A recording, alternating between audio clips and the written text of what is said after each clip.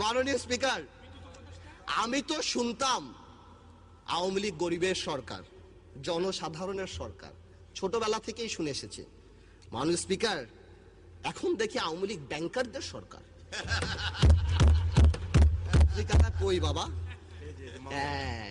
এই যে রাজনৈতিক বিবেচনায় নতুন ব্যাংক।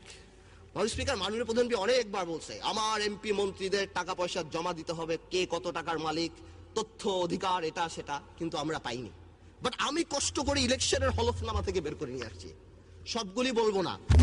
ফার্মার্স ব্যাংক, আমাদের অনারেবল মেম্বার অফ পার্লামেন্ট, আচ্ছা নাম বললাম না। ফার্মার্স ব্যাংক ব্যাংক করতে মানুষ থেকে আপনাকে জানাই 400 কোটি টাকা লাগে, 4-এর পর 9টা শূন্য, এবং একটা ডাইরেক্টরের 35 কোটি টাকা। ফার্মার্স ব্যাংক যিনি করলেন, ইলেকশনের হলফনামায় 39 লক্ষ টাকার মালিক।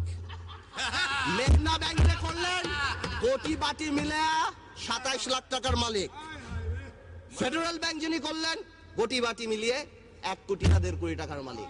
দুর্নীতি নাকি আমরা করি? ইয়া খোদা, আমার কথা কি, দুর্নীতি অনেকেই করে, লুকায়া টুকায়া করে, কিন্তু এইটা কি দুর্নীতি? খুললা দুর্নীতি।